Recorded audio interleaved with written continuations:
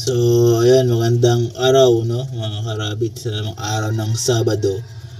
So, nandito tayo ngayon sa ating mga hedgehogs, no. So, ito yung i-share ko sa inyo, ano yung mga signs na maaaring magsabi na yung hedgehogs natin o si Sonic is pregnant na o buntis na. Ano ba yung mga signs na pwede natin makita? Usually, ang mga hedgehogs kasi,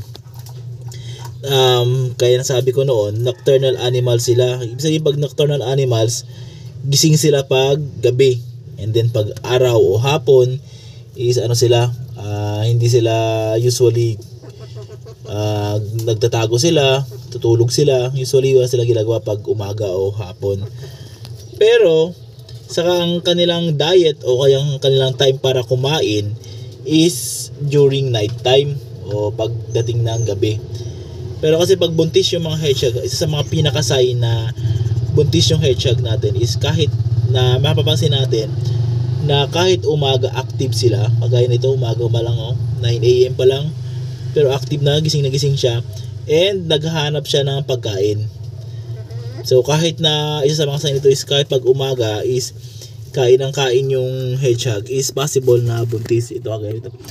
May superworms ako nakita dito, ito gumagalaw yan. Kita nyo yan sa pro. Kung mapansin nyo, bibigay natin sa kanya yan na. Ayan. Ito na yan. Ayan o. Diba? Ano yan sila? Pag buntis yung hedgehogs, kahit umaga or daytime, talagang malakas sila kumain. Nagharap ng pagkain niya pag umaga. Sorry, pag magising kayo. Pag nag-aalaga na kayo ng hedgehog, pag umaga, pag tingin nyo, tulog yan. Pero pag possible na buntis, nakagaya nito, maaga pa lang gising yan, no? Ikot ng ikot, harap na harap ng pagkain, no? Papasin nyo, nagharap ng pagkain, yan, no? Nagharap siya ng pagkain, ayan. And then napansin natin yung kanyang itsura, medyo lumaki siya. Mapapansin nyo, buwibilog yan sila, ayan, medyo mas malaki siya. Ang hedgehog na normal, pag nakatayo ng ganyan, ano lang yan, parang flat, hindi siya ganun kabilog, straight lang. Ito may nakatayong isa pang gumagalaw dito eh. Baka may superworms dito. Ito ba ito? Natin. Flat kasi yan minsan eh. Pero pag mga medyo bilog sila, yan, possible na pregnant yan. Isa sa mga, yung hedgehogs pala, after na mate siya or nag-breed silang dalawa ng male hedgehog, meron lang yan 1 month, no? And then mag produce na yan ng hoglets. Katulad ito na yung itsura niya, bilog siya. Ito from the date na breed natin is mag 4 days na lang, 1 month na sa malapit ito mga anak. Possible na buntis to kasi nga lahat yung pasin mo pag umaga talaga gutom siya lagi.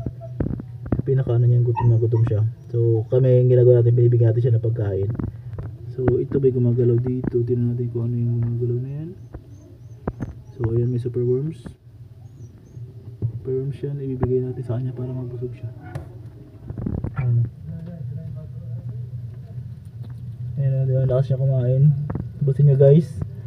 So sa mga nag-aalaga ng hedgehogs dyan, pag napansin nyo na after nyo pinagsama yung male and female hedgehog, tapos after ng mga ilang araw, pag morning gising sila harap-harap ng pagkain, strong indicator yan na buntis yung hedgehog natin.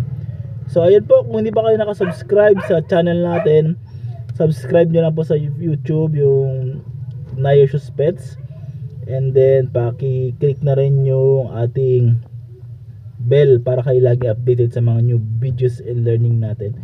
Sa Facebook po, yung ating channel is Kuya Rex Nayoshu's.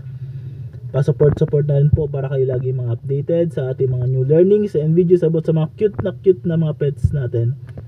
So ayun, maraming salamat. Bye bye.